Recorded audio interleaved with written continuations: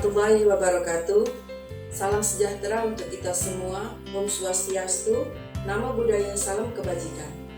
Saya Tati Undari, NIM 21251049P, kelas 6A S1 Kebidanan Khusus, mahasiswa Universitas Karir Bangsa Palembang. Di sini saya akan menyampaikan peran bidan sebagai penyuluh pada mata kuliah Profesionalisme Kebidanan. Dosen pengampu Ibu Helni Anggraini, MKEP. Selamat menyaksikan. Assalamualaikum warahmatullahi wabarakatuh. Waalaikumsalam warahmatullahi wabarakatuh. Selamat pagi Ibu-ibu. Selamat pagi. Salam sejahtera untuk kita semua. Terima kasih Ibu-ibu sudah menyempatkan waktu, sudah mau berkunjung di rumahnya Ibu RT guna mengadakan penyuluhan cerdas menjaga kehamilan. Ibu-ibu sudah hamil berapa minggu? Beda-beda Bu. Ibu anak berapa? Kehamilan saya usianya 3 bulan Bu. Kalau saya 5 bulan Bu. Kalau saya 7 bulan Bu. Terima kasih ya Ibu-ibu sudah mau berkunjung kemari. Di sini saya akan menyampaikan bagaimana cerdas menjaga kehamilan Ibu. Kita mulai Ibu-ibu ya. Ya.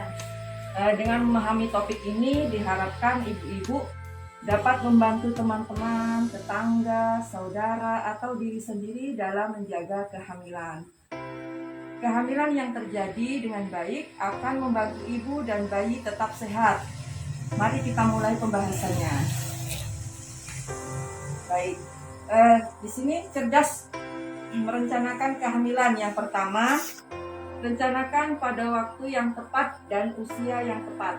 Tidak dalam pekerjaan yang berat, mempunyai waktu untuk istirahat yang cukup, mempersiapkan sosial ekonomi, menghindari 4T dalam kehamilan.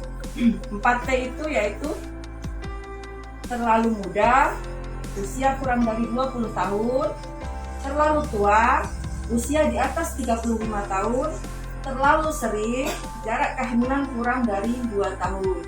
Kemudian ada terlalu banyak Bu, anaknya lebih dari 2 atau 3 lebih Bu ya. Kemudian ada yang kedua, memperbaiki gaya hidup. Di sini ada ibu-ibu yang hamil tidak boleh untuk merokok, baik suami dan ibu. Jadi hindari ibu-ibu kalau suaminya merokok Bu. Ibu-ibu jangan deket-deket suaminya merokok, berarti ibu nanti termasuk perokok pasif. Kemudian ada tidak mengkonsumsi alkohol. Yang ketiga, tidak mengkonsumsi narkotika, psikotropika, dan zat adiktif. Yang ketiga, upayakan kecukupan gizi dan berat badan. Untuk menghindari risiko terhadap ibu dan janin, berat badan ibu tidak boleh kurang atau lebih. Lanjut lagi Bu ya. Ya. Yang ketiga ada kontrol kehamilan yang cerdas. Dengan kontrol kehamilan teratur, ibu dan bayi dapat tetap sehat dan selamat selama proses kehamilan, persalinan hingga masa nifas. Kontrol kehamilan dapat dilakukan pada tenaga kesehatan baik dokter atau bidan di rumah sakit, puskesmas, atau klinik kesehatan terdekat.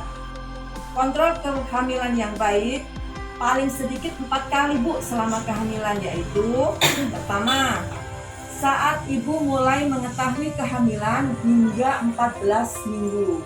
Yang kedua, saat usia kehamilan 14 minggu sampai 28 minggu.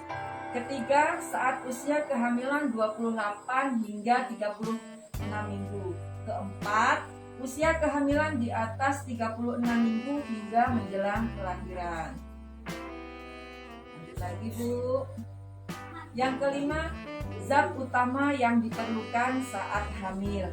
Ada beberapa jenis makanan yang perlu dikonsumsi lebih banyak, yaitu zat besi. Zat besi itu ada daging merah, telur, kacang-kacangan, sayur-sayuran hijau, ikan. Kemudian ada asam folat, kacang-kacangan, telur putih, gandum, susu, sayur bayam, dan brokoli atau pisang.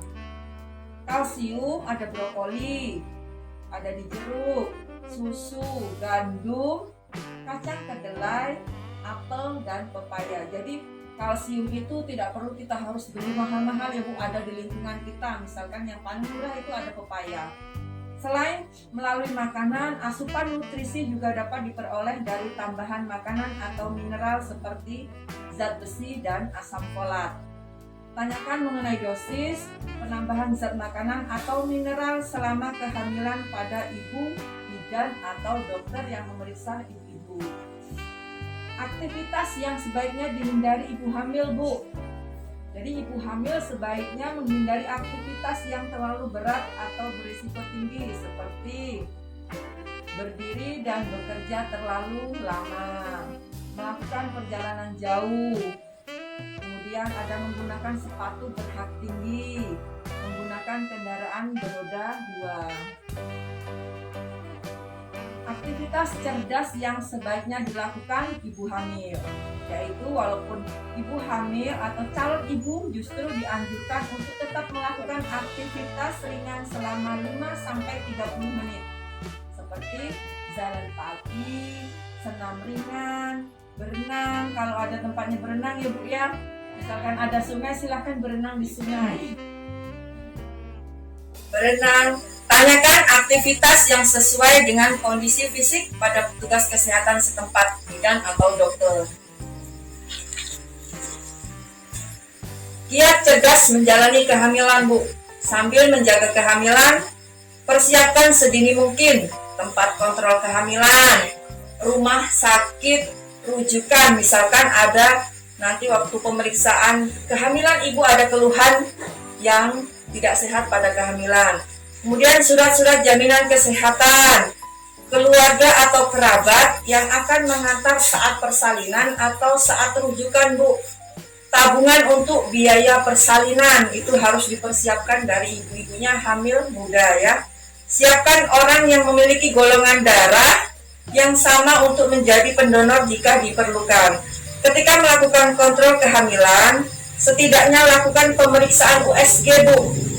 1 kali pada trimester kedua, itu pada umur kehamilan 5 bulan ke atas Bu ya, 3-6 bulan di rumah sakit yang memiliki fasilitas USG lengkap.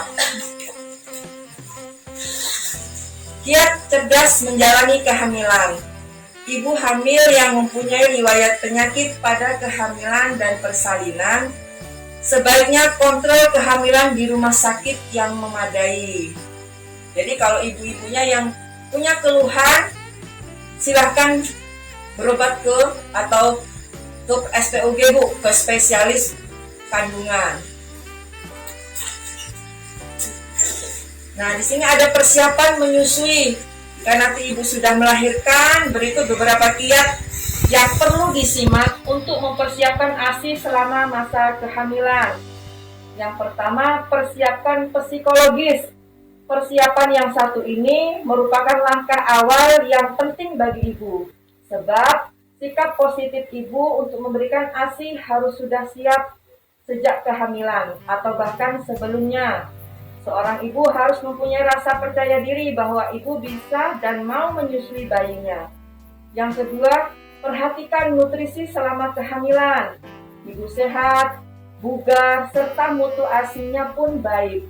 Ibu harus mulai memperhatikan gizi dan nutrisi dari asupan makanan yang dikonsumsi selama kehamilan.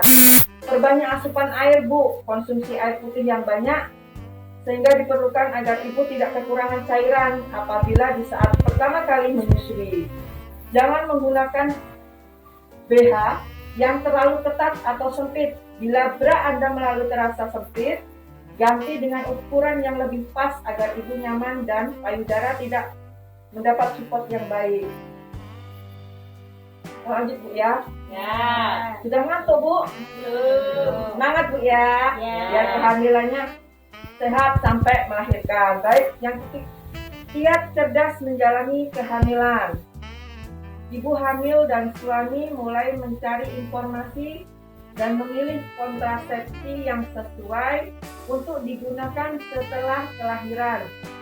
Pilihan kontrasepsi ada berbagai macam, yaitu alat kontrasepsi dalam rahim itu namanya spiral, Bu, kalau kita di lingkungan kita, Bu, ya.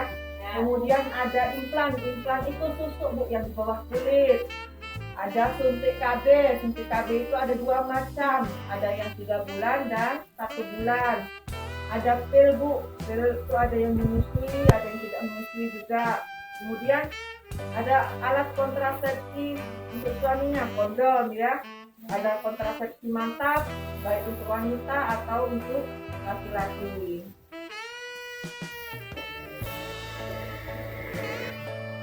Siap cerdas menjalani kehamilan.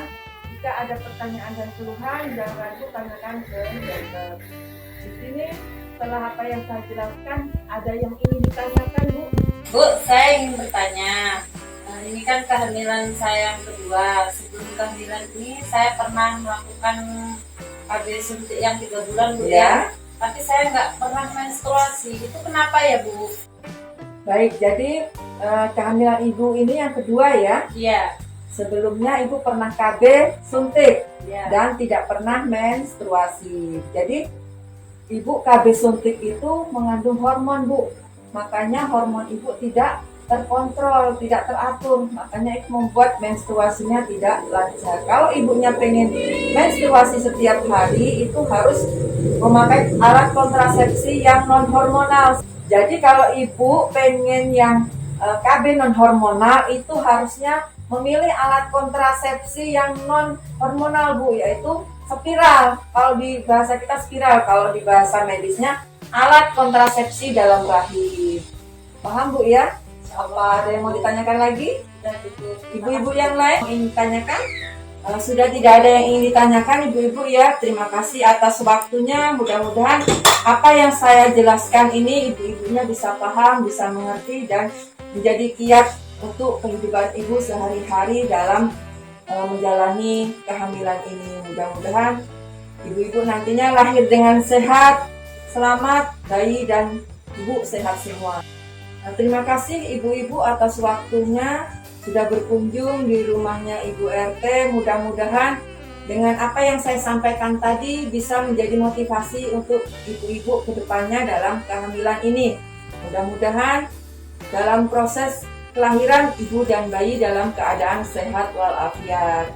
Saya akhiri, wassalamualaikum warahmatullahi wabarakatuh. Waalaikumsalam warahmatullahi wabarakatuh.